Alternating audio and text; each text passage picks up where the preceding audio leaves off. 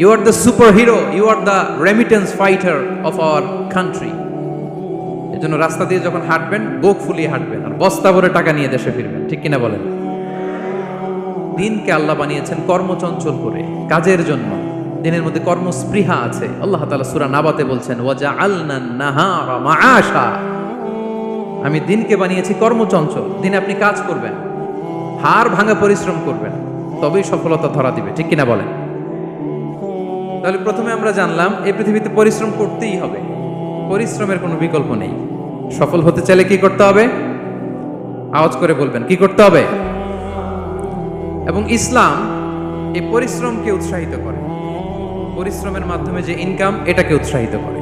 বিষ্ণু ঈসা ইসলাম বলেন, মা আকালা আহাদুন তাআমান কাত্তু খায়রান আইয়াকুলা মিন আমালি ইয়াদাই। মানুষ পরিশ্রম করে, তার দুই হাত দিয়ে উপার্জন করে যে জীবিকা নির্বাহ করে, এর চেয়ে শ্রেষ্ঠ জীবিকা পৃথিবীতে আর নেই। আল্লাহু আকবার। আপনারা যারা কষ্ট করে ঘাম ঝরিয়ে উপার্জন করেন, এই পৃথিবীতে এর চেয়ে শ্রেষ্ঠ উপার্জন আর হতে পারে?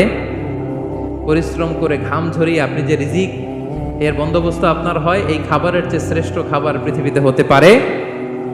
এরপর বিষ্ণু ঈসা ইসলাম বললেন, ওয়া ইন্না নাবিয়াল্লাহি দাউদ আলাইহিস সালাম কানা ইয়াকুলু মিন আমালি ইয়াদি। আল্লাহর নবী দাউদ আলাইহিস সালাম তিনি নিজ হাতের উপার্জন থেকে খেতেন।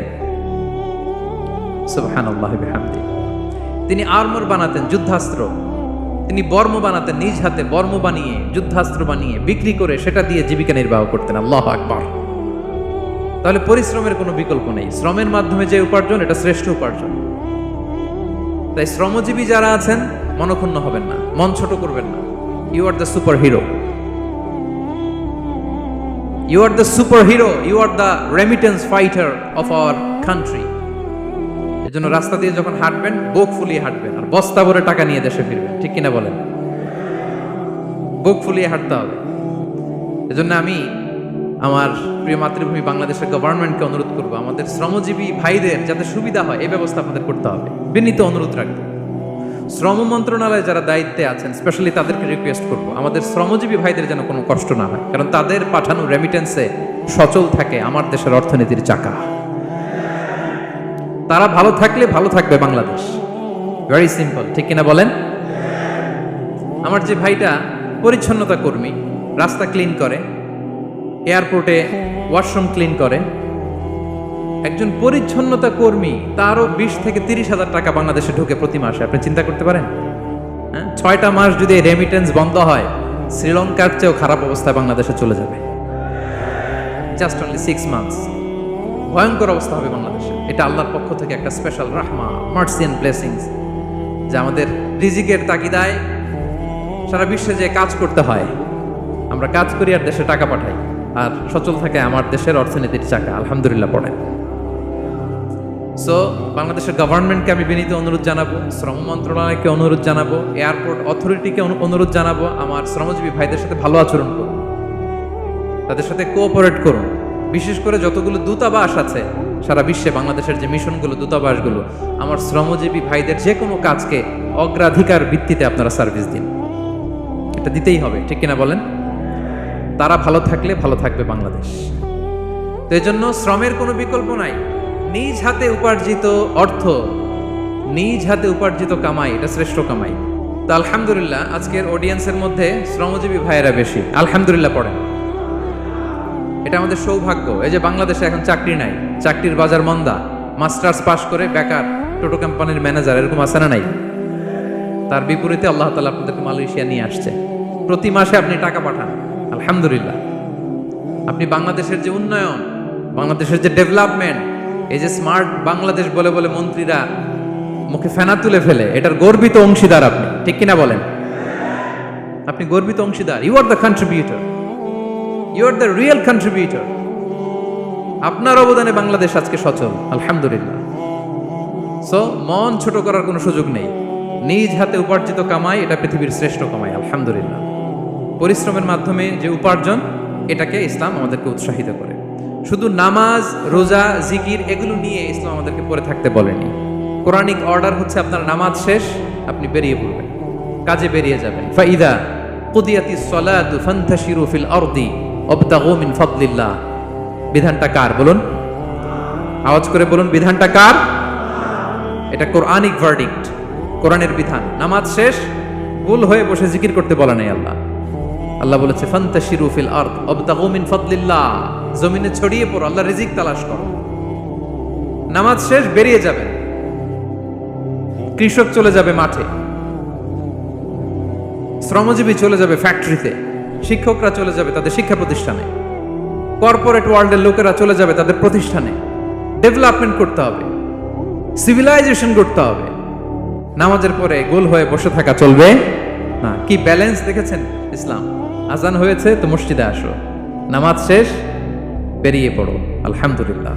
কি ভারসাম্যপূর্ণ ইসলাম। ফাইদা কুদিয়াতিস সালাতু ফান্তাশিরু ফিল আরদ, যখন সালাত শেষ জমিনে ছড়িয়ে পড়ো, আল্লাহ রিজিক অন্বেষণ করো। তাহলে শুধু নামাজ রোজার মধ্যে ইসলাম নয়, আপনাকে কর্মঠ হইতে হবে, পরিশ্রম করতে হবে, হাড় ভাঙা পরিশ্রম। বিশ্বনবী সাল্লাল্লাহু আলাইহি ওয়াসাল্লাম অত্যন্ত পরিশ্রমী ছিলেন। He started his first career as a shepherd. সুবহানাল্লাহ। ওনার প্রথম ক্যারিয়ার উনি রাখাল হিসেবে শুরু করেছেন। রাখালরা যে কাজ করে, অর্থাৎ মরুভূমিতে ভেড়া, মহিষ, ভেড়া, ছাগল, তারপর বকরি, দুম্বা, এই চরানোর কাজগুলো দিয়ে বিষ্ণু সাল্লাল্লাহু আলাইহি ওয়াসাল্লাম তার ক্যারিয়ার শুরু করেছেন এজ এ শেফার্ড। বিষ্ণু সাল্লাল্লাহু আলাইহি ওয়াসাল্লাম বলেন, সহিহ বুখারীর বর্ণনা, মা বাআসাল্লাহু নাবিয়্যান ইল্লা রাআল গানাম, আল্লাহ তাআলা এই পৃথিবীতে এমন কোন নবী পাঠায় নাই যে নবীরা ছাগল চড়ায় নাই। সুবহানাল্লাহ পড়বেন না? সাহাবারা বললেন, ওয়া আনতা ইয়া রাসূলুল্লাহ, হে আল্লাহর নবী আপনিও ছাগল চড়িয়েছেন? বিষ্ণু সাল্লাল্লাহু আলাইহি ওয়াসাল্লাম বললেন, নাআম, আমিও ছাগল চড়িয়েছি। ওয়া কুনতু আরআহা আলা কারারিত লি আহলি মক্কা, আমি অল্প কিছু মজুরির বিনিময়ে, অল্প কিছু টাকার বিনিময়ে, সামান্য কিছু পারিশ্রমিকের বিনিময়ে মক্কার লোকদের ছাগল চড়িয়ে দিতাম। সুবহানাল্লাহ পড়েন। ছাগল হচ্ছে খুব টেরা প্রাণী, ডানে টানলে বায়ে যায়, বায়ে টানলে ডানে যায়। তাদেরকে একসাথে করা অ্যাজ এ শেফার্ড, এটা মরুভূমিতে খুব কষ্টের কাজ। আল্লাহ তাআলা প্রত্যেক নবীকে দিয়ে ছাগল চড়িয়েছেন যাতে করে কিছুদিন পরে নবীরা মানুষ চড়াতে পারে। সুবহানাল্লাহ। আল্লাহ বুঝাতে চাইলেন, এখন ছাগল চড়াও, এদের উপর যদি কন্ট্রোল নিতে পারো তাহলে মানব জাতির উপর কন্ট্রোল নিতে পারবো। আল্লাহু আকবার। এজন্য প্রত্যেকটা নবীকে দিয়ে, সহিহ বুখারীর বর্ণনা, মা বাআসাল্লাহু নাবিয়্যান ইল্লা রাআল গানাম, আল্লাহ পৃথিবীতে এমন কোন নবী পাঠায় নাই যেই নবীকে দিয়ে আল্লাহ ছাগল চড়ায় নাই। তো বিষ্ণু সাল্লাল্লাহু আলাইহি ওয়াসাল্লাম ছাগল চড়িয়েছেন, অত্যন্ত সুঠাম দেহী ছিলেন, কর্মঠ ছিলেন। তার মানে বিষ্ণু সাল্লাল্লাহু আলাইহি ওয়াসাল্লামও পরিশ্রম করে উপার্জন করেছেন, ঠিক কিনা? ছাগল চড়াতেন, তার বিনিময়ে সামান্য কিছু পারিশ্রমিক নিতেন, মজুরি নিতেন, এতে লজ্জা নাই। এজন্য এই কথা দিয়ে শুরু করেছি যে কাজে লজ্জা নেই। এই তো বিষ্ণু সাল্লাল্লাহু আলাইহি ওয়াসাল্লামের ক্যারিয়ার গেল। আমরা যদি সাহাবাদের জীবনী দেখি, ওনারাও পরিশ্রমী ছিলেন। কেউ খেজুর বাগানে কাজ করতেন, কেউ কৃষি কাজ করতেন, কেউ বাজারে ব্যবসা করতেন, কেউ বসে থাকেন নাই। হাড় ভাঙা পরিশ্রম করেছেন প্রত্যেকটা সাহাবা। তারা আমাদের মডেল, তারা আমাদের সুপার হিরো, তারা আমাদের আইকন, ঠিক কিনা? নবীরা আমাদের মডেল, সাহাবারা আমাদের মডেল। বিষ্ণু সাল্লাল্লাহু আলাইহি ওয়াসাল্লাম কর্মঠ ছিলেন, ওনার সাহাবারা অত্যন্ত কর্মঠ ছিল। কেউ বসে থাকতেন না, পরিশ্রম করতেন, হাড় ভাঙা পরিশ্রম করতেন, উপার্জন করতেন। তারা আমাদের জন্য প্রেরণার বাতিঘর। অনেক সাহাবাদের বায়োগ্রাফি থেকে আপনাদেরকে ঘটনা শেয়ার করা যাবে। আমি একজন সাহাবার জীবনী শোনাবো আপনাদেরকে। আব্দুর রহমান ইবনে আউফ রাদিয়াল্লাহু তাআলা আনহু। 10 জন জান্নাতের, দুনিয়াতে বসে যে 10 জন সাহাবা জান্নাতের সুসংবাদ পেয়েছেন তাদের মধ্যে একজন, আলহামদুলিল্লাহ বলেন। আব্দুর রহমান ইবনে আউফ রাদিয়াল্লাহু তাআলা প্রথম 8 জন মক্কায় যারা কালিমা পড়ে মুসলমান হয়েছে তাদের একজন। তার স্ট্যাটাসটাকে জেনে নেন। তো তিনি যখন মক্কা থেকে হিজরত করে মদিনায় গেলেন, মনে রাখবেন মক্কা থেকে যে সাহাবারা বাড়ি ঘর ছেড়ে হিজরত করেছে তাদেরকে বলে মুহাজির, মানে হিজরতকারী সাহাবা। আর মদিনাতে যে সমস্ত সাহাবারা তাদেরকে রিসিভ করেছেন তাদেরকে বলে আল আনসার, মানে সাহায্যকারী সাহাবা। তো যারাই হিজরত করে মক্কা থেকে মদিনায় যেত, বিষ্ণু সাল্লাল্লাহু আলাইহি ওয়াসাল্লাম মদিনার কোন সাহাবীর সাথে তার ভাই পাতিয়ে দিতেন, আল মুআখাত, ব্রাদারহুড করে দিতেন, দায়িত্ব দিতেন যে তুমি এই সাহাবীকে দেখবে। তো আব্দুর রহমান ইবনে আউফ রাদিয়াল্লাহু তাআলা আনহু যখন হিজরত করে গেলেন, তার দেখভাল করার জন্য যে সাহাবীর দায়িত্ব পড়ল তার নাম হচ্ছে সাআদ ইবনে রাবিয়া, আনসারী সাহাবী রাদিয়াল্লাহু তাআলা। বিষ্ণু বললেন, সাআদ, আব্দুর রহমান ইবনে আউফ তোমার ভাই, ভাই বানিয়ে দিলেন। কি বানিয়ে দিলেন? তুমি তাকে টেক কেয়ার করবে, সে হবে তোমার মেহমান। সুবহানাল্লাহ। সাআদ ইবনে রাবিয়া রাদিয়াল্লাহু তাআলা তিনি আব্দুর রহমান ইবনে আউফকে ডেকে নিয়ে গেলেন, ঘরে নিয়ে গেলেন মেহমানকে, এবং বললেন, ইয়া সাআদ ইন্নী আকসারুল আনসারি মালান, হে সাআদ তুমি চিন্তা করো না, তুমি মনে করো না যে তোমার ভরণ পোষণ দিতে আমার কষ্ট হবে, আমি মদিনার সবচাইতে বড় বিজনেস ম্যাগনেট, সবচাইতে বড় বিজনেস ম্যাগনেট আমি। No tension, don't worry about it, tension নিও না, আসো তোমার জন্য আমার কি প্রপোজাল শোনো। ফাআকসিমু লাকা নিসফা মালি, আমার যত সম্পদ আছে আমি অর্ধেক তোমার দিয়ে দিব। সুবহানাল্লাহ, এত আসতে আপনার বাড়িতে কেউ মেহমান হলে করতে পারবেন এরকম? আল্লাহ, কেমন প্রেরণার বাতিঘর তারা। ফাআকসিমু নিসফা মালি, হে আব্দুর রহমান ইবনে আউফ, আমার অর্ধেক সম্পদ তোমারে দিয়ে দিব। এখানেই শেষ না, এরপর বলতে লাগলেন, আমার অনেকগুলো স্ত্রী আছে, তুমি কোথায় যে মেয়ে খুঁজবা, প্রস্তাব দিবা, এত ঝামেলার দরকার নাই। আমার কোন স্ত্রীকে তোমার ভালো লাগে বলো, তার যদি তোমাকে ভালো লাগে তাহলে প্রয়োজনে তাকে আমি ডিভোর্স দিয়ে দিব, তাকে নিয়ে তুমি সুখের সংসার করবা। আল্লাহু আকবার, আল্লাহু আকবার। অর্ধেক সম্পদ দিয়ে দিব, আমার একাধিক স্ত্রী আছে, কাউকে যদি তোমার পছন্দ হয় এবং সেও যদি তোমাকে পছন্দ করে, প্রয়োজনে তাকে ডিভোর্স দিব, new life, new career, just go on. আমরা এই সুযোগ পেলে কি করতাম? সাথে সাথে অর্ধেক সম্পদ নিয়ে নিতাম, ঠিক কিনা? আব্দুর রহমান ইবনে আউফ প্রেরণার বাতিঘর, উনি কি করলেন? উনি বললেন, লা হাজাতা লি ফি যালিক, আমার ভাই তুমি যে বলছো সাদ ইবনে রবি, তুমি যে এত চমৎকার প্রপোজাল দিয়েছো, এতেই আমি খুশি, তোমার কোনো কিছুর আমার দরকার নাই। বারাকাল্লাহু লাকা ফি আহলিকা ওয়া মালিক, আল্লাহ তোমার সম্পদেও বরকত দেখ, আল্লাহ তোমার পরিবারেও বরকত দেখ। তবে একটা কষ্ট করতে হবে, সেটা কি? আব্দুর রহমান ইবনে আউফ বললেন, দুল্লানি ইলা সুক, just show me the way to market, মদিনার বাজারটা কোথায় এটা একটু দেখায় দাও। আমি নতুন মানুষ, পথঘাট চিনি না। দুল্লানি ইলা সুক, just show me the way to market of Medina, মদিনার বাজারটা কোন রাস্তা একটু দেখায় দাও। আল্লাহু আকবার। সাদ ইবনে রবি বললেন, এই তো মদিনার বাজার। উনি যে কিছু ঘি কিনলেন, পনির কিনলেন, কিনে বিক্রি করলেন, প্রফিট করলেন, ওই প্রফিট দিয়ে আরো বেশি করে কিনলেন, আবার বিক্রি করলেন, প্রফিট, আবার বিক্রি করলেন, প্রফিট। এই কেনা বেচা করতে করতে 1-2 মাসের মধ্যে উনি মদিনার one of the biggest business magnate হয়ে গেলেন। আল্লাহু আকবার, কি হাড় ভাঙা পরিশ্রমই না তারা করেছে। একেবারে রেডি ক্যারিয়ার ছিল, গেলাম সবচেয়ে বড় বিজনেসম্যানের অর্ধেক সম্পত্তি পেয়ে গেলাম। He didn't accept the ready career, rather he made his own path with his own Endeavour, নিজের চেষ্টায়, নিজের পরিশ্রমে, নিজের ঘাম ঝরিয়ে নিজের ক্যারিয়ার তৈরি করেছেন। চিল্লায় বলেন ঠিক কিনা? This is the biography of Abdur Rahman ibn Auf রাদিয়াল্লাহু তাআলা আনহু। সাহাবারা কতটা পরিশ্রম করেছেন, তার মানে বিশ্বনবী পরিশ্রমী ছিলেন, সাহাবারা পরিশ্রমী ছিলেন, এবং বিষ্ণু ইসা ইসলাম পরিশ্রম করতে বলতেন সবাইকে, হাত পাততে নিষেধ করতেন, কারণ দারিদ্রতা বড্ড ভয়ঙ্কর। দারিদ্রতা যার আসে সে বুঝে। বাংলা একটা কথা আছে, অভাব যখন দরজায় এসে দাঁড়ায়, ভালোবাসা তখন, হ্যাঁ সবার মুখস্থ, দেখছেন? অভাব যখন দরজায় এসে দাঁড়ায়, ভালোবাসা তখন জানলা দিয়ে পালায়। দারিদ্রতা ঈমান কেড়ে নেয়। আপনি পার্বত্য চট্টগ্রামের অবস্থা জানেন? আমাদের বাংলাদেশের পাহাড়ি এলাকার অবস্থা জানেন? ওখানে আমাদের গরিব মুসলিম ভাইদেরকে সামান্য কিছু টাকা পয়সা দিয়ে ওদেরকে খ্রিস্টান বানিয়ে ফেলতেছে মিশনারিগুলো। এই খবর তো আমরা রাখি না। দারিদ্রতা বড্ড ভয়ঙ্কর। এজন্য বিষ্ণু ইসলাম দারিদ্রতা থেকে আল্লাহর কাছে পানাহ চাইতেন। তিনি বলতেন, আল্লাহুম্মা ইন্নী আউযু বিকা মিনাল ফাকরি ওয়াল কিল্লাতি ওয়াদ-দিল্লাহ, ও আল্লাহ, I seek refuge with you from poverty, from insufficiency and humiliation. ও আল্লাহ, আমি তোমার কাছে দারিদ্রতা থেকে পানাহ চাই। ও আল্লাহ, আমি তোমার কাছে স্বল্পতা থেকে পানাহ চাই। ও আল্লাহ, আমি তোমার কাছে লাঞ্ছনা থেকে পানাহ চাই। পড়েন আমিন। এই দোয়াটা বেশি বেশি পড়বেন। আল্লাহুম্মা ইন্নী আউযু বিকা মিনাল ফাকরি ওয়াল কিল্লাতি ওয়াদ-দিল্লাহ। হে আল্লাহ, আমি দারিদ্রতা থেকে পানাহ চাই। আল্লাহ, স্বল্পতা থেকে পানাহ চাই। আল্লাহ, লাঞ্ছনা থেকে পানাহ চাই। সবাই পড়ুন আমিন। বিষ্ণু ইসলাম যে দোয়াগুলো শিখিয়েছেন, এগুলো হচ্ছে very precise in wording but comprehensive in meaning. শব্দে খুব ছোট, কিন্তু অর্থ মানুষের হৃদয়ে এটার আবেদন অনেক ব্যাপক, অনেক বেশি। আপনি সারাদিন মিলিয়েও দোয়ার মধ্যে এত সুন্দর প্রার্থনা বাক্য তৈরি করতে পারবেন না, কিন্তু বিষ্ণু ইসলাম এক বাক্যে যেটা চেয়েছেন, গোটা দুনিয়াটা এর ভেতরে ঢুকে গিয়েছে। আল্লাহুম্মা ইন্নী আউযু বিকা মিনাল ফাকরি ওয়াল কিল্লাতি ওয়াদ-দিল্লাহ। আল্লাহ, দারিদ্রতা থেকে পানাহ চাই, বিষ্ণু ইসলাম নিজে স্বয়ং দারিদ্রতা থেকে পানা চাইতেন। তাহলে দারিদ্রতার সাথে আমাদের কোনো সম্পর্ক? আমরা পরিশ্রম করব, আমরা কাজ করে খাবো, কাজে কোনো লজ্জা নেই, লজ্জা অলসতায়, চিল্লায় বলেন ঠিক কিনা? এবং বিষ্ণু ইসলামের কাছে কেউ যদি হাত পাতত, যদি দেখতেন তার কাজ করার যোগ্যতা আছে, বিষ্ণু ইসলাম ভিক্ষা দিতেন না, কাজে উৎসাহিত করতেন, ভিক্ষাবৃত্তিকে অনুৎসাহিত করতেন। এক যুবক এসে হাত পাতলো, বিষ্ণু ইসলাম আমার কিছু দেন। নই বললেন তুমি তো শক্ত সামর্থ্য মানুষ, বাসায় কি আছে বলো? সে বলে আমার বাড়িতে একটা পানি খাওয়ার জগ আছে আর একটা চাদর আছে। বিষ্ণু ইসলাম বললেন নিয়ে আস। সে নিয়ে আস।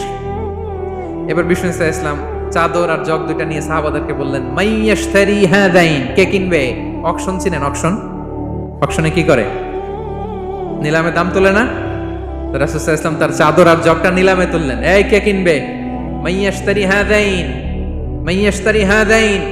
একজন বলল ফাকাল রাজুল আনা আখিযুহুমা বিদিরহাম, ইয়া রাসূলুল্লাহ আমি 1 দিরহামে কিনবো। কয় দিরহাম? বিষ্ণু বললেন 1 দিরহাম, 1 দিরহাম, 1 দিরহাম। মানে এর চেয়ে কেউ বাড়াবে কিনা? মাইয়াজিদু আলা যালিক, এর চেয়ে বাড়ায় দিবা কে? আরেক সাহাবী বলল ইয়া রাসূলুল্লাহ আমি 2 দিরহামে কিনবো। 2 দিরহাম, 2 দিরহাম, 2 দিরহাম, আর বাড়ে না। বিষ্ণু ইসলাম তার কাছে 2 দিরহাম দিয়ে বিক্রি করে দিলেন। 2 দিরহাম নিয়ে যুবককে বললেন নাও, এই 1 দিরহাম দিয়ে কিছু খাবার কিনে তোমার ফ্যামিলিকে দিয়ে আসো, আরেক দিরহাম দিয়ে একটা কুঠার কিনে নিয়ে আসো। তো যুবক কুঠার কিনে আনলো। ফাওয়াদাআ লাহু আর-রাসূল সাল্লাল্লাহু আলাইহি ওয়াসাল্লাম ইয়াদান, রাসূল সাল্লাল্লাহু আলাইহি ওয়াসাল্লাম নিজ হাতে ওই কুঠারের একটা হাতল লাগাই দিলেন কাঠের। শুধু কুঠার দিয়ে তো হবে না, একটা হাতল থাকতে হবে না? বিষ্ণু সাল্লাল্লাহু আলাইহি ওয়াসাল্লাম ওনার মোবারক হাতে, বরকতময় হাতে ওই কুঠারে একটা হাতল লাগাই দিলেন। এবার বললেন যাও, 1 দিরহাম দিয়ে কুঠার, আরেক দিরহাম দিয়ে খাবার কিনে আনো। এই কুঠার দিয়ে জঙ্গলে যে কাঠ কেটে লাকড়ি বেচে জীবিকা নির্বাহ করো। সামনের 15 দিন আমার সামনে যেন তোমার ঘুরঘুর করতে না দেখি। এ বেচারা গেল, 1 দিরহাম দিয়ে ফ্যামিলিতে খাবার দিল, আর লাকড়ি নিয়ে কাঠ কাটতে না কাটতে কয়েকদিনের ব্যবধানে ও 10 দিরহাম কামায় ফেলছে। আস্তে আস্তে আস্তে আস্তে সে স্বাবলম্বী হয়ে গেল। এরপর একবার বিষ্ণু ইসলামের কাছে আসছে। বিষ্ণু ইসলাম তারে বলে মানুষের কাছে হাত পাতার চেয়ে, দুয়ারে দুয়ারে ভিক্ষা করার চেয়ে তোমার মতো এরকম কাঠ কেটে, জঙ্গলে কাঠ কেটে বাজারে বিক্রি করা অনেক ভালো। আল্লাহু আকবার। এই হচ্ছে বিষ্ণু ইসলামের ক্যারেক্টারিস্টিক্স। তিনি ভিক্ষাবৃত্তিকে অনুৎসাহিত করতেন। এই যে গল্পটা, what is the moral of the story? কি শিখলাম? 1 নম্বর যেটা শিখলাম, তিনি কাজ করে খেতে উৎসাহিত করেছেন। চাইলেই বিষ্ণু ইসলাম ওই 2টা জিনিস বিক্রি করে 2 দিরহাম দিয়ে বলতে পারতেন যাও 2 দিরহাম দিয়ে খাবার কিনো। ওই বেলা খেয়ে রাতের বেলা আরেক দুয়ারে যায় ভিক্ষা করতো, ঠিক কিনা বলেন? কথা বুঝতেছেন? 2 দিরহাম দিয়ে যদি খাবার কিনতো তো দুপুরে খেয়ে রাতে কি করতো? আবার হাত পাততো। সেটা করে নাই, কাজ করে খেতে উৎসাহিত করেছেন এবং স্থায়ী সমাধান করে দিয়েছেন। কারণ কাজ কাজই, কাজে কোনো ছোট বড় নাই। আছে? কাজে কোনো ছোট বড় আছে না। তাহলে ইসলাম আমাদেরকে পরিশ্রমী হতে শেখায়, কর্মমুখী হতে শেখায়। ইসলাম কতটা কর্মমুখী ধর্ম দেখেন। বিষ্ণু ইসলাম বলেন ইন কামাতিস সাআ ওয়া ফি ইয়াদি আহাদিকুম ফাসিলা, কেউ যদি দেখে কিয়ামত হয়ে যাচ্ছে, কি হয়ে যাচ্ছে? সবাই বলুন। কেউ যদি দেখে কিয়ামত হয়ে যাচ্ছে আর তার হাতে একটা চারা বীজ আছে, গাছের চারা। কি আছে? গাছের চারা। সে গাছের চারা রোপণ করতে গেছিল, ওদিকে যায় দেখে কিয়ামত শুরু হয়ে গেছে। বিষ্ণুনবী বলেন ফাইন ইসতাতাআ আন লা তাকুমা হাত্তা ইয়াগরিসাহা ফালইয়াগরিসহা, সে যদি পারে কিয়ামত হওয়ার আগেই ওটা রোপণ করে দিতে, সেজন্য তাড়াতাড়ি করে রোপণ করে দেয়। আল্লাহু আকবার। ইসলাম কতটা কর্মমুখী ধর্ম। কিয়ামত শুরু হয়েছে, বিষ্ণু বলেন তার উপর কিয়ামত আসার আগে সে যদি চান্স পায় চারা বীজটা যেন রোপণ করে দেয়। আর আমরা এখন আখিরুজ্জামান, দাজ্জাল আসবে, কিয়ামত হয়ে যাবে, 2025 সালেই হবে, এগুলো বলে কাজকর্ম সব বন্ধ করে দিচ্ছে। এরকম ডাকাইত আছে না নাই? হ্যাঁ বলেন, আছে না নাই? তা আখিরুজ্জামান কি আপনারা এটা শিখায়, এই লেসন শিখায়? আখিরুজ্জামান আসবে, দাজ্জাল আসবে, তো আপনার সমস্যা কি? দাজ্জাল আসবে দেখেই তো আপনাকে বিজনেস করে এমন টাকা কামাইতে হবে যাতে করে দাজ্জাল আসলে আমি আমার অর্থ দিয়ে মুজাহিদিন ভাইদেরকে সহায়তা করতে পারি। দাজ্জাল আসবে তো আপনার প্রবলেম কি? আপনার বডি বিল্ডিং করতে হবে, আপনার ফ্যামিলিকে তারবিয়া দিতে হবে, আপনার সোসাইটিকে সমৃদ্ধ করতে হবে, আপনাকে সভ্যতার কারিগর হইতে হবে। আপনার সব কাজ আপনি আরো বাড়াই দিবেন দাজ্জালের প্রশ্ন আসলে। এখন দাজ্জাল আসবে, 25 সালেই আসবে, 26 সালেই কিয়ামত হবে। কি হবে ক্যারিয়ার দিয়ে? আর কি হবে ব্যবসা করে? এরকম আছে না নাই? এরকম করা যাবে?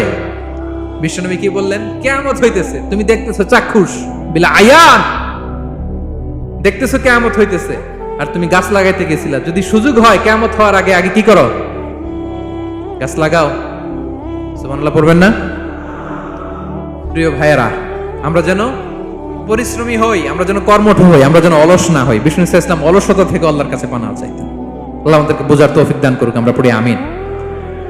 আল্লাহ নবী সাল্লাল্লাহু আলাইহি ওয়াসাল্লাম শুধু পরিশ্রম করতে বলেছেন এমন নয়, তিনি পরিশ্রমীদেরকে পছন্দ করতেন। এক সাহাবীর সাথে তিনি মুসাফা করলেন, দেখলেন হাতটা বড্ড খসখসে, তিনি শ্রমজীবী সাহাবী। এটা যখন তিনি শুনতে পেলেন, তিনি পরম মমতায় আলতো করে ওই শ্রমিক সাহাবীর হাতে তিনি চুমু খেলেন। আল্লাহু আকবার। এবং ওনার আন্ডারে যারা কাজ করত তাদের সাথে বিষ্ণু ইসলামের যে আচরণ, ওনার যে শ্রমিক, ওনার যে খাদেম, তাদের সাথে বিষ্ণু ইসলামের যে ডিলিং শুনলে আপনি অবাক হয়ে যাবেন। আপনি কারো ব্যাপারে যদি রিয়েল ইনফরমেশন চান, আপনি কয়েকটা জায়গায় নক করতে হবে। এক নাম্বার, ধরেন যে একজন বড় সাহেব, তার আসল তথ্য যদি চান তার বউকে জিজ্ঞেস করেন। কারা জিজ্ঞেস করবেন? ওয়াইফকে জিজ্ঞেস করবেন, স্ত্রীকে, আসল তথ্য পাবেন। 2 নাম্বার, তার বাড়ির দারোয়ানকে জিজ্ঞেস করবেন। কাকে? 3 নাম্বার, তার ঘরের কাজের বুয়া, সব জানে উনি, ওই কাজের বুয়া থেকে রিপোর্ট নেবেন, ঘরে যে কাজ করে। 4 নাম্বার, তার ড্রাইভার, দারোয়ান, কাজের বুয়া, ওয়াইফ, এদের কাছ থেকে যদি আপনি জিজ্ঞেস করেন, ফলের বিড়াল বেরিয়ে আসবে। ঠিক কিনা বলেন? তো আসেন বিষ্ণু ইসলামের যে খাদেম, কর্মচারী, তারা একটু জিজ্ঞেস করি বিষ্ণু ইসলামের আচরণ কেমন ছিল। বিষ্ণু ইসলামের খাদেমের নাম হচ্ছে আনাস রাদিয়াল্লাহু আনহু। আলহামদুলিল্লাহ, খাদিমু রাসূলিল্লাহ, বিষ্ণু ইসলামের খাদেম। আসেন ওনাকে জিজ্ঞেস করি যে বিষ্ণু ইসলামের আচরণ কেমন ছিল। আনাস রাদিয়াল্লাহু তাআলা আনহু বলেন, খাদিমতুন নবিয়্যা 10 সিনিন, আমি বিষ্ণু ইসলামের 10 বছর খেদমত করেছি। 1-2 বছর না, 10 বছর বিষ্ণু ইসলামের খেদমতে আমি নিয়োজিত ছিলাম। ফামা ক্বালা লি লিমা সানা'তা ওয়ালা লিমা লা সানা'তা, 10 বছরের মধ্যে একদিনও কখনো বলে না, এই আনাস এটা কেন করলা, এই আনাস এমনটা কেন হলো, এটা কেন করলা না, একদিনের জন্য বলে নাই। কেন এটা করছো, কেন এটা করো নাই, এরকম কোনো প্রশ্ন আমাকে কোনোদিন করে নাই। সুবহানাল্লাহ। আনাস রাদিয়াল্লাহু তাআলা কি ভুল করেন নাই? করছেন। ছোট মানুষ তো, একেবারে ছোট বাচ্চা ছিলেন। ওনার আম্মা যখন আনাস রাদিয়াল্লাহু তাআলাকে নিয়ে আসছে, বিষ্ণু ইসলাম মক্কা থেকে হিজরত করে মদিনায় আসলেন, সবাই বিশ্বনবীকে ঘিরে ধরলো, সবাই বিশ্বনবীকে সালাম দেয়, মুসাফা করে, হাদিয়া দেয়। আনাসের মা চোখের পানি ছাড়ে, বিশ্বনবীর কাছে লজ্জায় এসে বলে, ইয়া রাসূলুল্লাহ, সবাই আপনাকে উপহার দেয়, সবাই আপনাকে হাদিয়া দেয়, আমি আপনারে কি হাদিয়া দেব? হাদিয়া দেওয়ার মতো কিছু নাই আমার এই কলিজার টুকরা আনাস ছাড়া, আমি আনাসকেই আপনারে হাদিয়া দিয়ে দিলাম। ইয়াখদুমুকা ইয়া রাসূলুল্লাহ, হে নবী, আনাস আপনার খেদমত করবে, আপনার অজুর পানি এনে দিবে, আপনার মেসওয়াকটা এনে দিবে, আপনার জুব্বাটা এনে দিবে। আমি আমার কলিজার টুকরা, আমার নাড় ছেঁড়া ধন আনাসকেই আপনারে উপহার দিয়ে দিলাম। আনাস রাদিয়াল্লাহু তাআলা বিষ্ণু ইসলামের সাথে থাকতেন, অজুর পানি এনে দিতেন, জামা এনে দিতেন। বিষ্ণু বললেন, আনাস আমার ওই জুব্বাটা নিয়ে আসো। ছোট্ট আনাস জুব্বা আনতে যে মদিনার বাচ্চারা খেলতেছে, আমাদের দেশে যে খেলে, কুতকুত খেলে, চারা খেলে, এইটা খেলে, সেইটা খেলে, ওই খেলাধুলা দেখে নবীর জামা আনার কথা উনি ভুলে গেলেন। বাচ্চাদের সাথে দাঁড়িয়ে খেলা দেখতে আরম্ভ করলেন। এখন সময় গড়িয়ে অনেক হয়ে গেল, আনাসও আসে না, জুব্বাও আসে না। ঘটনা কি? বিষ্ণু ইসলাম বললেন, যাই নিজের জামা নিজে নিয়ে আসি। তো বের হলেন, যে দেখে সর্বনাশ, আনাসকে পাঠাইছি জুব্বা আনতে, আনাস দেখি এদিকে খেলার মধ্যে মগ্ন হয়ে আছে। বিষ্ণু ইসলাম কিছুই বললেন না, চুপ করে যে উনিও আনাসের পিছনে এভাবে দাঁড়িয়ে রইলেন, কিছুই বলে না। তো আনাস খেলা একবার এদিকে দেখে, একবার ওদিকে দেখে, একবার এদিকে ঘুরতে ঘুরতে হঠাৎ দেখে পিছনে কে? স্বয়ং বিশ্বনবী। আল্লাহ, বিশ্বনবীর দেখে তো আনাস রাদিয়াল্লাহু তাআলার কলিজাটা এখানে চলে আসছে ভয়। হায় হায়, আজকে খবর আছে। হায় হায়, আমার না যুদ্ধ আনতে বলছিল, আমি কি কাজ করলাম? ভয়ে আটকে উঠছে। বিষ্ণু ইসলাম ধমক দেয় নাই, পিট্টি দেয় নাই, কিছু করে নাই, শুধু একটা মুচকি হাসি দিয়েছে। আনাস রাদিয়াল্লাহু তাআলা আনহু বলে, বিশ্বনবীর সেই দিনের মুচকি হাসির শাসন মৃত্যুর আগ পর্যন্ত আমাকে সোজা রাস্তায় রেখেছে, আর ডানে বায়ে করি নাই কোনোদিন। তার মানে শাসন করতে জানলে ব্যাত মারা লাগে না, শাসন করতে জানলে গায়ে হাত তোলা লাগে না, শাসন করতে জানলে মুচকি হাসি দিয়েও শাসন করা যায়। ঠিক কিনা বলেন? বিশ্বনবীর মুচকি হাসির শাসন আনাস রাদিয়াল্লাহু তাআলা আনহুকে আজীবন সোজা রাস্তায় রেখেছে। তাহলে শ্রমজীবীদেরকে বিষ্ণু ইসলাম কতটা সম্মান করতেন, শ্রদ্ধা করতেন, ভালোবাসতেন, বুঝতে পারছেন সবাই? প্রিয় ভাইয়েরা, লেবার রাইটস ইন ইসলাম, ইসলামে শ্রমিকের অধিকার। শ্রমিকদেরকে ইসলাম কমপক্ষে 7টা অধিকার দিয়েছে। কয়টা? 1 নাম্বার, ইসলাম একজন শ্রমিককে প্রথম যে অধিকারটা দিয়েছে সেটা হচ্ছে কাজ শেষে, শ্রম শেষে তার পারিশ্রমিকের অধিকার, মজুরি পাওয়ার অধিকার, কাজ শেষে বেতন পাওয়ার অধিকার। কাজ করেছেন তো আপনি বেতন পাবেন, এটা আপনার অধিকার। বেতন বা পারিশ্রমিক এটা একটা কর্মজীবীর অধিকার। আপনার কোম্পানির মালিক যে আপনার বেতন দেয়, এটা কি দয়া করে? করুণা? তো এটা যদি করুণা হয়, সে যে আপনার কাজ করে দেয়, এটাও তো করুণা। এটা তো আর বড় করুণা, কি বলেন? আপনি যে স্যালারি পে করেন, এটা যদি করুণা হয়, সে যে পরিশ্রম করে, সে তো আর বড় করুণা করে আপনারে। তার কারণে তো আপনার কোম্পানি টিকে আছে, ঠিক কিনা বলেন? তাহলে এটা করুণা নয়, এটা শ্রমিকের অধিকার। এবং বিশ্বনবী সাল্লাল্লাহু আলাইহি ওয়াসাল্লামের সেই ঐতিহাসিক বাণী, তিনি বলেছেন, আতুল আজীরা আজরাহু ক্বাবলা আন ইয়াজিফা আরাকু। ঘাম শুকিয়ে যাওয়ার আগে শ্রমিককে তার পারিশ্রমিক বুঝিয়ে দাও। সুবহানাল্লাহ, বিশ্বনবীর ঐতিহাসিক বাণী। এখন জাতিসংঘ আমাদেরকে শিখায় যে শ্রমিকের মজুরি দিতে হবে, অন টাইমে দিতে হবে, স্যালারি দিতে হবে, এই করতে হবে, সেই করতে হবে। মানবাধিকারের কর্মীরা আমাদেরকে শিখায়, তারা শিখানোর 1500 বছর আগে বিশ্বনবী সাল্লাল্লাহু আলাইহি ওয়াসাল্লামের ঐতিহাসিক বাণী, তিনি বলেছেন, আতুল আজীরা আজরাহু ক্বাবলা আন ইয়াজিফা আরাকু। শ্রমিকের ঘাম শুকাবার আগে তার মজুরি পেমেন্ট করে দাও। সুবহানাল্লাহ। ঘাম শুকিয়ে যাওয়ার আগে, মানে অন টাইম, দ্রুততম সময়ে শ্রমিককে তার মজুরি দিয়ে দাও, তার বেতন দিয়ে দাও। যারা শ্রমিককে তার পারিশ্রমিক অন টাইমে দেয় না, স্যালারি অন টাইমে পে করে না, টালবাহানা করে, গরিমসি করে, তাদের ব্যাপারে বিষ্ণু সাল্লাল্লাহু আলাইহি ওয়াসাল্লাম কি বলেন? বিষ্ণু বলেন, 3 শ্রেণীর ব্যক্তি, সালাসাতুন আনা খাসমুহুম ইয়াউমাল কিয়ামা। 3 শ্রেণীর ব্যক্তির বিরুদ্ধে আমি বিশ্বনবী কিয়ামতের দিন আল্লাহর কাঠগড়ায় মামলা দায়ের করব। আমি বিশ্বনবী 3 শ্রেণীর ব্যক্তির বিরুদ্ধে আমি বিশ্বনবী আল্লাহর সুপ্রিম কোর্টের কাঠগড়ায় মামলা দায়ের করব। এর মধ্যে 1 শ্রেণীর ব্যক্তি হচ্ছে রাজুলুন ইস্তাআজারা আজীরান ফাস্তাওফা মিনহু ওয়া লাম ইউতিহি আজরা। কোন ব্যক্তি যে শ্রমিক নিয়োগ দেওয়ার পরে তার কাছ থেকে কাজ বুঝে নিয়েছে, কিন্তু তাকে তার প্রাপ্য বুঝিয়ে দেয়নি। এরকম ডাকাত আমাদের সমাজে আছে না নাই? কাজ ঠিকই বুঝে নিছে, কিন্তু তার প্রাপ্যটা বুঝিয়ে দেয়। বিশ্বনবী বলেন, তার বিরুদ্ধে আমি মামলা দায়ের করব। প্রিয় ভাইরা, বুঝে থাকলে উত্তর দেন। বিশ্বনবী যার বিরুদ্ধে মামলা দায়ের করবে, তার জান্নাত তো একেবারে ডাইরেক্ট, তাই না? হ্যাঁ, সুন্দর বলছে একজন, তার কোনো জামিন নাই, ঠিক কিনা বলেন? বিশ্বনবী যার বিরুদ্ধে মামলা দায়ের করেছে, তার জান্নাতে যাওয়া তো দূর কি বাত, সে জান্নাতের ঘ্রাণও তার নাকে ঢুকবে না। চিল্লায় বলেন ঠিক কিনা? এজন্য খবরদার, শ্রমিককে তার শ্রম নেয়ার পরে তার পারিশ্রমিক দিয়ে দেন, তার ঘাম শুকিয়ে যাওয়ার আগে, মানে অন টাইম। এটা নিয়ে কোনো টালবাহানা করা যাবে, তা না হলে বিশ্বনবী তার বিরুদ্ধে মামলা দায়ের করবে। তার মানে 1 নম্বর অধিকার বুঝে পাইছেন?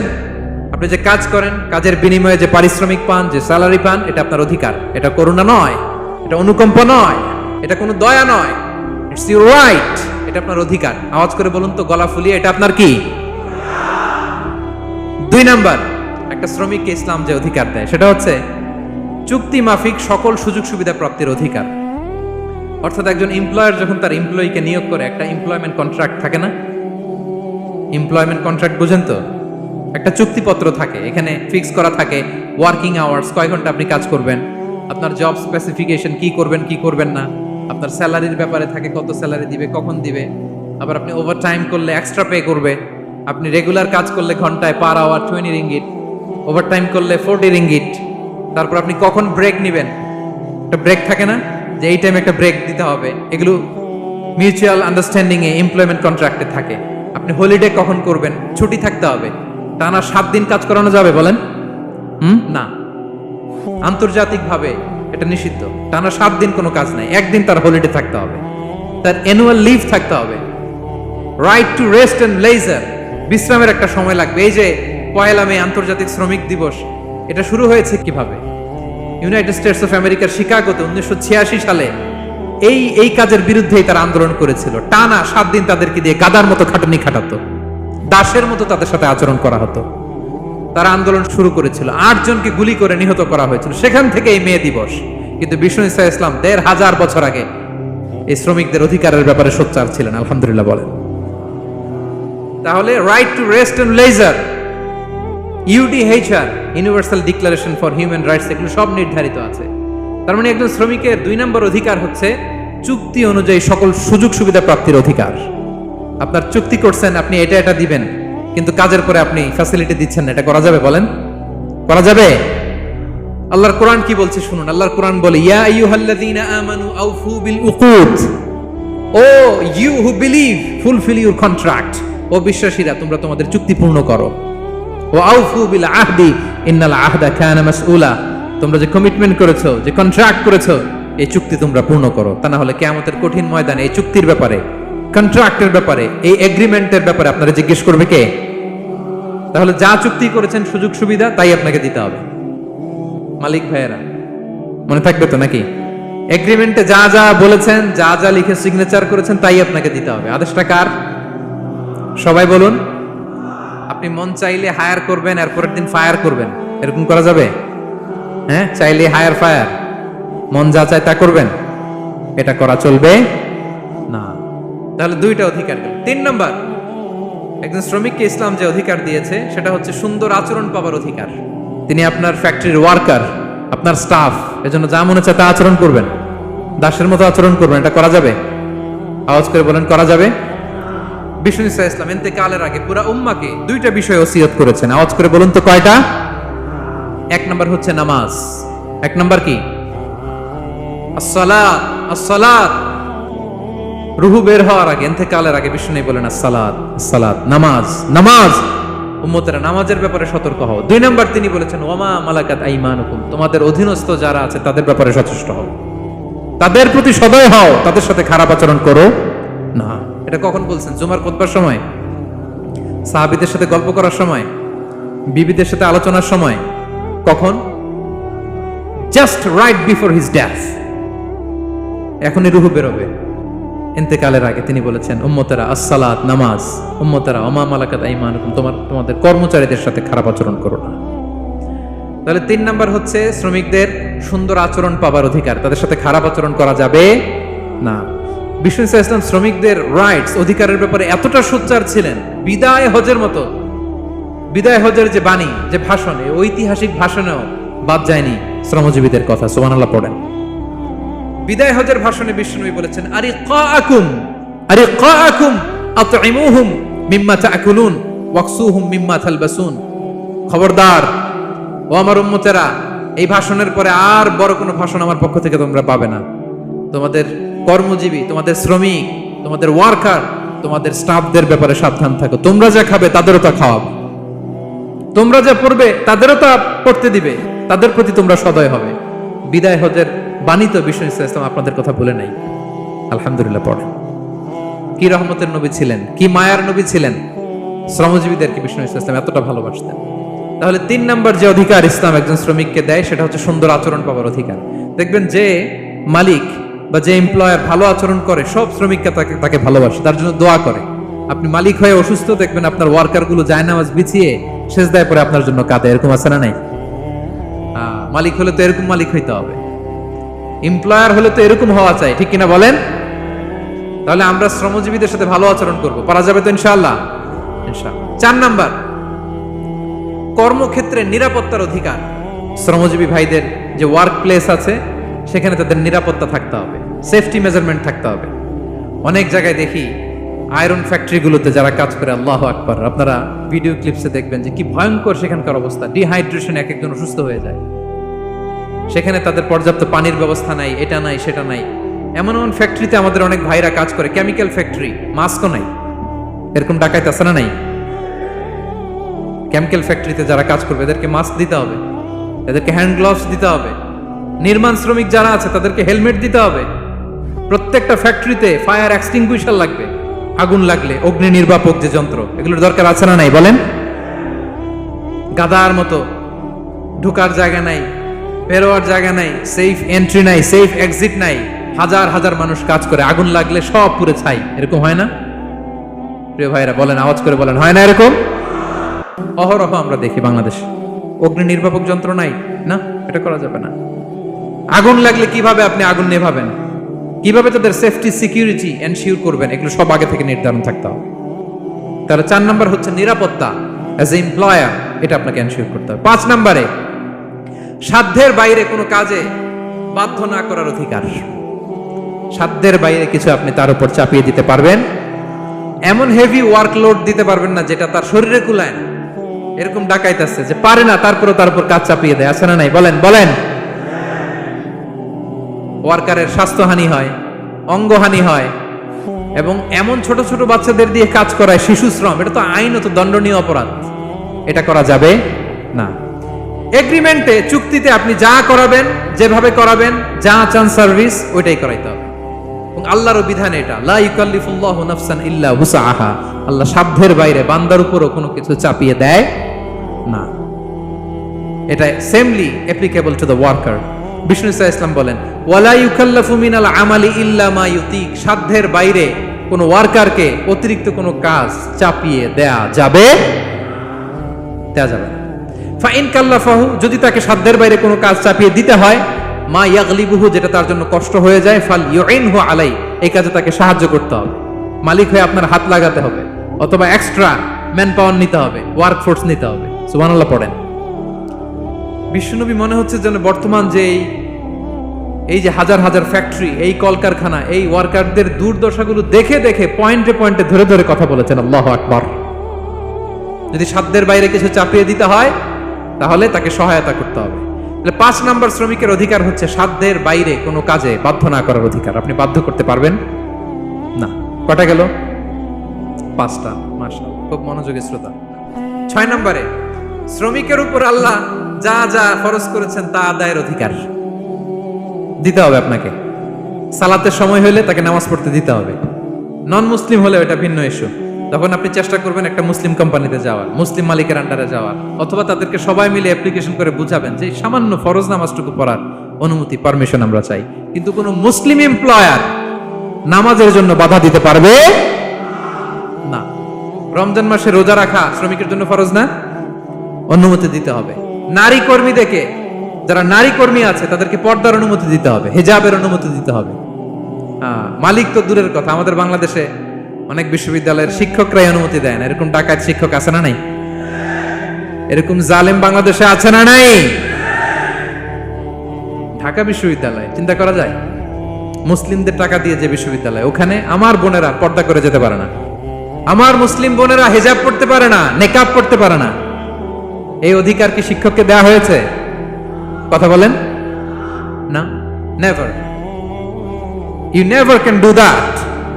একটা রেগুলার ড্রেস কোড থাকবে, এটা সবাই মানবে। এটার উপরে দিয়ে সে চাদর পরবে না ওড়না পরবে না হিজাব পরবে না ব্লেজার পরবে, এটা নিয়ে নাক গলানোর ক্ষমতা কোনো শিক্ষকের নাই। চিল্লায় বলেন ঠিক কিনা? তাহলে আপনার কর্মস্থলে মুসলিম নারীরা যদি কাজ করে, নারী কর্মীদের জন্য পর্দার ব্যবস্থা করতে হবে। ঠিক কিনা বলেন? হালাল ফুড খাওয়ার ব্যবস্থা থাকতে হবে। ওয়াইন খাওয়ানো যাবে না, ড্রিঙ্কস করানো যাবে না, পর্ক খাওয়ানো যাবে না। ঠিক কিনা বলেন? আপনার কোম্পানিতে আপনার শ্রমিককে দাড়ি রাখতে চাইলে দাড়ি রাখার অনুমতি দিতে হবে। ঠিক কিনা বলেন? দাড়ি রাখা ওয়াজিব। দাড়ি রাখা কি? কোন কোন মতে সুন্নাতে মুআক্কাদা, যেটাই আমরা বলি, একজন মুসলিমের জন্য এটা আবশ্যক। দাড়ি রাখতে বাধা দেয়া যাবে? আমাদের বাংলাদেশে দেয়? হ্যাঁ, কোন কোন কোম্পানি দেয়। কোন কোম্পানি দেয় বলেন? হ্যাঁ, আরম। এই পাওয়া গেছে আরম। কিছুদিন আগে দাড়ি রাখবে বলে এক ছেলেকে কর্মচ্যুত করেছে। এরকম আছে না নাই? করা যাবে? করা যাবে বলেন? না। দাড়ি রাখার অনুমতি দিতে হবে, নারীদেরকে হিজাব করার অনুমতি দিতে হবে। এটা অধিকার, এটা অধিকার। শ্রমিকের উপর আল্লাহ তাআলা যা যা ফরজ করেছে, এটা আদায়ের অধিকার তাকে দিতে হবে। আলহামদুলিল্লাহ বলেন। 7 নাম্বার, সর্বশেষ, সামাজিক নিরাপত্তা লাভের অধিকার, সোশ্যাল সিকিউরিটি। শ্রমিকের পুঁজি হচ্ছে তার শ্রম, তার জীবন যৌবন সব দিয়ে আপনার ফ্যাক্টরিরে একেবারে শীর্ষে নিয়ে গেল, শেষ জীবনে আপনি মালিক তারে ভুলে গেলেন। এরকম আছে না নাই? নো। তার জন্য সোশ্যাল সিকিউরিটির ব্যবস্থা করতে হবে। অনেক শ্রমিক ভাইরা আছে সারা জীবন ফ্যাক্টরির জন্য কাজ করে শেষ বয়সে দুরারোগ্য ব্যাধিতে আক্রান্ত, তাদের খোঁজ খবর কেউ নেয় না। এটা গভর্নমেন্টের দায়িত্ব। গভর্নমেন্ট ফান্ড থেকে, কোম্পানির ফান্ড থেকে, অথবা কোনো যাকাত ফান্ড থেকে, অথবা কোনো এন্ডাওমেন্ট ফান্ড থেকে, অর্থাৎ ওয়াকাফের ফান্ড থেকে তাদের সোশ্যাল সিকিউরিটির ব্যবস্থা করতে হবে। সামাজিক নিরাপত্তা দরকার আছে না নাই বলেন? এটা আপনাদের অধিকার। এই 7টা অধিকার ইসলাম একজন শ্রমিককে দিয়েছে। তো শ্রমিককে ইসলাম শুধু অধিকারই দিয়েছে, মালিকের কোনো অধিকার নাই নাকি? এবার মালিকরা খেপে উঠছে। এতক্ষণ মালিকরা চুপচাপ, আমি দেখতেছি তো, এতক্ষণ যা যা বলতেছি মালিকরা চুপচাপ শুনতেছে। যখনই বলছি মালিকের অধিকার আছে না নাই, মালিকরা কয় আছে। হ্যাঁ, ইসলাম চেক এন্ড ব্যালেন্স করেছে। ইসলাম হচ্ছে ভেরি ব্যালেন্সড রিলিজিয়ান, ভারসাম্যপূর্ণ একটা জীবন ব্যবস্থা। শ্রমিকেরও দায়িত্ব আছে, শ্রমিকেরও কি প্রিয় ভাইয়েরা দায়িত্ব আছে। বিষ্ণু ইসলাম বলেন সালাসাতুন লাহুম আজরান, 3 শ্রেণীর ব্যক্তি আছে যাদেরকে আল্লাহ যে কোনো কাজ করলে ডাবল রিওয়ার্ড দিবে, ডাবল। আপনি নামাজ পড়লে যাওয়া সওয়াব, এক করলে দ্বিগুণ সওয়াব।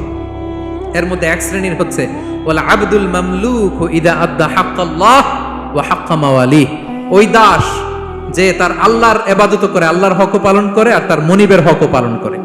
এখানে দাস বলতে শুধু আগের সময়ের দাসই নয়, বর্তমান সময়ের যারা কর্মজীবী তারাও। কোনো কর্মজীবী সে যদি আল্লাহর বিধান, আল্লাহর হক আদায় করে, পাশাপাশি যার আন্ডারে সে কাজ করে তার হকও আদায় করে, বিষ্ণু ইসলাম বলেন সব কাজে তার প্রতিদান হবে ডবল ডবল। পড়েন আল্লাহু আকবার। তাহলে শ্রমিকের দায়িত্ব হচ্ছে কোম্পানিকে যে সার্ভিস তার দেওয়া এটা পূর্ণাঙ্গ রূপে দিতে হবে। এটা হচ্ছে শ্রমিকের দায়িত্ব। 1 নম্বরের দায়িত্ব হচ্ছে লয়ালটি, আমানতদারিতা। 1 নম্বর দায়িত্ব কি? আপনি বেতন নেন আপনার বসের কাছ থেকে, কোম্পানির কাছ থেকে, কিন্তু সার্ভিস দেন আরেক কোম্পানির, হবে? বলেন, যার নুন খাই তার গুণ গাইতে হবে। আপনি যেই কোম্পানি থেকে স্যালারি নেন, সার্ভিস আপনার তাকে দিতে হবে। লয়ালটি থাকতে হবে, বিশ্বস্ততা, এটা জরুরি, এটা থাকতে হবে। আপনার মালিক আপনার কাছ থেকে এই লয়ালটি প্রাপ্য, সে যেন আপনার উপর আস্থা রাখে, আপনার বস যেন আপনার উপর আস্থা রাখতে পারে, এইটা মালিকের অধিকার। কথা কি বুঝেন? হ্যাঁ, এবার শ্রমজীবী ভাইরা একটু ঠান্ডা হয়ে গেছে, দেখছেন চেক এন্ড ব্যালেন্স। কথা বলেন ঠিক কিনা? আপনার মালিক আপনার কাছ থেকে এটা প্রাপ্য, এটা তার অধিকার, বিশ্বস্ততা। ইন্না খায়রা মান ইস্তাজারতাল কবিউল আমিন, যাকে নিয়োগ দেওয়া হবে তার মধ্যে 2টা কোয়ালিটি থাকতে হয়। কয়টা? মুসা আলাইহিস সালাম ফেরাউনের বাবুর্চিকে 1 থাপ্পড় মারলেন রেগে মেগে। উনি থাপ্পড় মারছিলেন আদব শিক্ষা দেওয়ার জন্য, কিন্তু বেচারা সাথে সাথে মরে গেছে। উনি মারছিলেন আদব শিখানোর জন্য, বেচারা যে মরে যাবে মুসা আলাইহিস সালাম জানতেন না। এখন দেখে সব গুনাহ, সেটা তো মরে গেছে, অক্কা পাইছে। উনি দিলেন দৌড়। মুসা আলাইহিস সালাম দৌড়াতে দৌড়াতে প্রাণ ভয়ে চলে গেলেন আরেক সীমান্তে, মিশর ছেড়ে আরেক এলাকায়। যে দেখে কিছু লোক ধাক্কাধাক্কি করে তাদের উটগুলোকে পানি খাওয়াচ্ছে, আর 2টা মেয়ে পাশে চুপ করে বসে আছে। উনি বুঝতে পারলেন মেয়েগুলো এই ইয়াং ছেলেদের সাথে ধাক্কাধাক্কি করে টিকতে পারবে না। উনি এগিয়ে গেলেন, বললেন তোমরা পানি খাওয়াবো ওটদেরকে? হ্যাঁ খাওয়াবো, আসো। উনি ওটগুলো নিয়ে সবাইকে সরিয়ে পানি খাইয়ে দিলেন, মেয়েরা চলে গেল। এবার বাবার কাছে যেয়ে বলল, বাবা এমন এক ছেলের সন্ধান পাইছি, ছেলেটা খুব ভালো, আমাদের চেহারার দিকে তাকায় না, মাটির দিকে তাকিয়ে কথা বলে। আজকে এই লোক না থাকলে আমরা আমাদের ওটগুলোকে পানি খাওয়াতে পারতাম না। আর ভিনদেশী লোক, আমরা চিনিও না।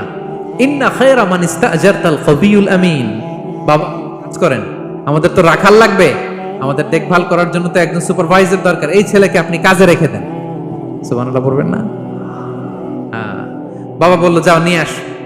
মেয়ে 2জন যেয়ে বলল আব্বার কাছে চলেন, আব্বা আপনার কথা বলবে, আপনার সাথে আলাপ করবে। মুসা আলাইহিস সালাম বললেন ঠিক আছে, তোমরা পেছনে পেছনে যাও, আমি তোমাদের আগে আগে যাই। তোমরা আমাকে বলবা যে ডানে না বায়ে না সামনে। সুবহানাল্লাহ পড়বেন না? কি চরিত্র, কি চরিত্র ছিল যাতে করে তাদের দিকে তাকানো না লাগে, মুসা আলাইহিস সালামের নজর যেন তাদের দিকে না পড়ে। মুসা আলাইহিস সালাম বললেন আমি আগে যাই, তোমরা পিছন থেকে বলো ডানে না বায়ে, কোন গলি, কোথায় যাব। আল্লাহু আকবার। তো যাওয়ার পরে মুসা আলাইহিস সালামের সততা, এই বিশ্বস্ততা আর স্ট্রেংথ, শক্তি দেখে ওনাকে কাজে রেখে দিলেন মেয়ে 2টার বাবা। সুবহানাল্লাহ বলেন। আর বললেন এত বছর কাজ করবা, পারিশ্রমিক হচ্ছে কাজ যখন শেষ আমার এক মেয়েরে তোমার কাছে বিয়ে দিয়ে দিব। আল্লাহু আকবার। ওনারও থাকার জায়গা নাই, আশ্রয়ের কোনো বন্দোবস্ত নাই, আল্লাহ ব্যবস্থা করে দিলেন। আলহামদুলিল্লাহ পড়েন। তাহলে বিশ্বস্ত হইতে হবে। বিশ্বস্ত যেই তার রুজির ব্যবস্থা করে দেয় কে? এই যে মুসা আলাইহিস সালাম ফেরাউনের বাবুর্চিকে থাপ্পড় মেরে চলে গেলেন, পরিচিত কেউ নাই, রিজিকের বন্দোবস্ত নাই, কিন্তু বিশ্বস্ততার কারণে আল্লাহ তাআলা ব্যবস্থা করে দিলেন। তাহলে 1 নাম্বার মালিকের অধিকার হচ্ছে লয়ালটি, শ্রমিকদের বিশ্বস্ত হইতে হবে। আপনার পক্ষ থেকে বিশ্বস্ততা, এটা মালিকের প্রাপ্য। কথা বুঝতে পেরেছেন প্রিয় ভাইরা আমার? 2 নাম্বার চুক্তি অনুযায়ী শ্রম দেওয়া, এটা একজন শ্রমিকের দায়িত্ব। আপনার দায়িত্ব হচ্ছে 8 ঘন্টা কাজ করবেন, আপনি 6 ঘন্টা করেন আর 2 ঘন্টা এটা নিয়ে ইউটিউব, টিকটক, আচ্ছা হ্যাঁ এটা করা যাবে? 8 ঘন্টার যদি চুক্তি হয় আর আপনি যদি প্রতিদিন 6 ঘন্টা কাজ করেন, আপনি যে পারিশ্রমিক পাবেন এটা হালাল হবে? বলেন বলেন, আওয়াজ করে সবাই বলুন না, হালাল হবে না। আপনার চুক্তি অনুযায়ী আপনাকে শ্রম দিতে হবে, এবং এই চুক্তি অনুযায়ী শ্রম পাওয়াটা একজন মালিকের অধিকার। একজন মালিকের 3 নম্বর অধিকার হচ্ছে to work in a best manner possible. আপনার সাধ্যের সবটুকু উজাড় করে দিয়ে কোম্পানির জন্য কাজ করতে হবে। কোনো কাজ করলে সর্বোচ্চ ওয়েতে করতে হবে, সবচেয়ে বেস্ট ম্যানারে করতে হবে। অনেকে আছে ধরি তো ধরি না, করি তো করি না, এরকম আছে না? নাই না, ইসলাম এটা বলে না। বিষ্ণু ইসলাম বলেন ইন্নাল্লাহা ইউহিব্বু ইযা আমিলা আহাদুকুম আমালান আইয়ুতকিনা। আল্লাহ তাআলা ওই কর্মচারীকে পছন্দ করে, আল্লাহ সুবহানাহু ওয়া তাআলা ওই কর্মচারীকে পছন্দ করে, ওই লোককে পছন্দ করে যে ব্যক্তি যখন কোনো কাজ করে ওটা মজবুত ভাবে করে, চমৎকার ভাবে করে, দ্য বেস্ট ওয়ে পসিবল, সুন্দরভাবে করে।